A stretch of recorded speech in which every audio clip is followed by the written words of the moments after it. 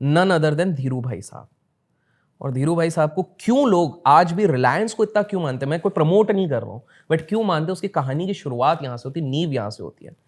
तो धीरू भाई साहब ने ना, देखो एक चीज होता है, जो बंदा जमीन से उठता है ना, उसको पता हमेशा प्रिपेयर्ड रहता है, उसको एक इनसिक्योरिटी रहती है, कल को मेरा पद चले गया तो, कल को मेरा पैसा चले गया तो, कल को मुझ पर अटैक हो गया तो धीरू भाई साहब ने बहुत जल्दी जल्दी जल्दी चला रहे थे। बहुत कम लोगों को पता है वो पहले पेट्रोकेमिकल्स में नहीं आए थे, टेक्सटाइल्स में आए थे। विमल नाम का उनका एक टेक्सटाइल चलता था। और उस समय पे मैं सिर्फ इनिशियल लूंगा, लोग गेस करेंगे, बी नाम से एक ग्रुप ऑफ कंपनीज चलती है, बी नाम से। वो उस समय पे टेक्सटाइल हो, इंडस्ट्री हो, बहुत ज्यादा चलती थी। बचपन में हमने बहुत किस्से सुने इस कंपनी के। आज भी है वो कंपनी, ए बी करके आता है, ए हटा दो, सिर्फ बी बता रहा हूं, ठीक है। तो उन लोगों का ना दिमाग खराब हो रहा है कि भैया नया लड़का आ रहा है, और किसी भी इंडस्ट्री में नए लड़के को चलने नहीं देना यार, इसको कुछ करके रोकना पड़ेगा। पहुंच गए मनु भाई के पास। मनु भाई, संभालना पड़ेगा इसको, शेयर मार्केट में भी बवाल मचा रहा है, कुछ करके इसको रोको, इसको ऐसा ठोको कि ये कर नहीं सकते। उस समय पे करीब करीब 21 लाख शेयर मार्केट में फ्लोट थे, 21 लाख शेयर्स फ्लोट थे। मतलब एक तरीके से समझो इतने ही शेयर मार्केट में घूम रहे हैं। स्वाभाविक सी बात है, सबसे ज्यादा प्रमोटर के पास थे, बाकी पब्लिक में बटा हुआ है, ठीक है। क्या हो गया, जो बेयर गैंग था, बेयर मतलब जो हमेशा मार्केट को नीचे गिराना चाहता है, इन लोगों ने अपना पूरा प्लान बनाया 1-2 महीने में कि बॉस एक साथ प्रहार करेंगे और गिराएंगे। इनको ये नहीं पता कि धीरू भाई चीज को ये भनक लग चुकी है। तो इन्होंने डिसाइड करके मार्केट से गिरवी लेके 11 लाख शेयर बेचने की शुरुआत करी। अब देखो उस समय पर मार्केट काफी छोटा था, ज्यादा प्लेयर्स थे नहीं, तो पता कर लिया जा सकता था। धीरू भाई सोचे इतना तो मेरा मार्केट में ही फ्लोट नहीं कर रहा इतना शेयर, तो ये इतने सारे बेच कहां से रहे, मतलब कुछ तो दाल में काला है, ठीक है। तो धीरू भाई साहब ने बाद में कहीं, उनको बोलते हैं फ्रेंड्स ऑफ रिलायंस कहते हैं उस समय पे, इसकी भी बड़ी इंटरेस्टिंग स्टोरी है। फ्रेंड्स ऑफ रिलायंस से कहीं से कुछ फोन वोन लगे, बाहर से विदेश से राउट होके पैसे आने लग गए। इधर बेयर वाले बेचे जा रहे रिलायंस के शेयर, पर ये परेशान कि ये थोड़ा सा गिरने के बाद हमेशा संभल जा रहा है, फिर बेच रहे हैं, कोलकाता से लोग बेच रहे हैं, इधर से बेच रहे हैं, उधर से बेच रहे हैं।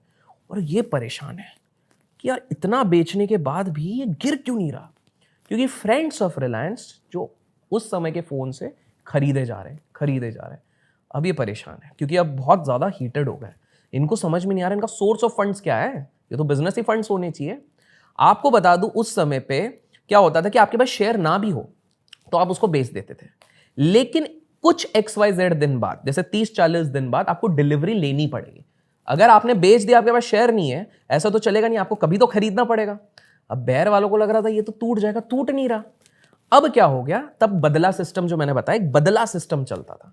मतलब क्या होता था कि आज अगर आपने कुछ चीज खरीदी है, आप बोलते हो 1 महीने में मेरा टारगेट नहीं आया ना, तो मैं 1 रुपए का प्रीमियम देके मैं उसको इंटरेस्ट 1 रुपए का दूंगा और 1 महीने शिफ्ट कर दूंगा, फिर 1 रुपए दूंगा और 1। ये फ्यूचर ऑप्शंस में होता है। हाँ, तो ये उस समय पे बदला सिस्टम चलता था। मतलब हम कैरी फॉरवर्ड कर सकते हैं। Carry forward, absolutely. 1 रुपए पे होता था, 1.5 रुपए पे होता था। सबसे बढ़िया चीज है, ये बदला कौन सेट करता था उस समय पे, ये सेट करता था बाइंग वाली पार्टी, मतलब धीरू भाई जी।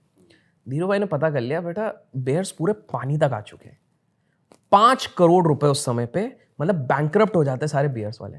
जब बदला की बारी है, इनने लगाया उम्दा बदला। इन्होंने क्या बोला, मेरी मर्जी है, मैं बैंकरप्ट हूं तो हूं, 1 रुपए में नहीं दूंगा, 25 रुपए, एक शेयर के 25 रुपए दो अगर फॉरवर्ड करना है।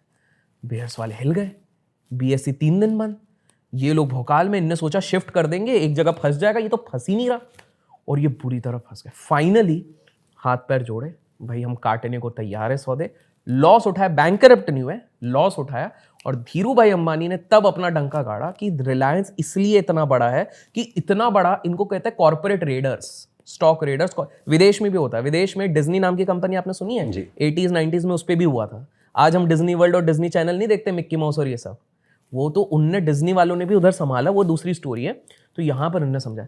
तो मनु भाई का पहला हार वो था, लेकिन ये हार में उनको लॉस था, जिसको बाद में उन्होंने रिकवर कर लिया, फाइट वाइट। इन्होंने बस ये बोल दिया कि भाई इस पार्टी से पंगा नहीं लेना है। और वो बी नाम की जो कंपनी थी, जो एक समय पे रिचेस्ट फैमिलीज ऑफ इंडिया में आती थी, वो भी नीचे आ गई, ठीक है।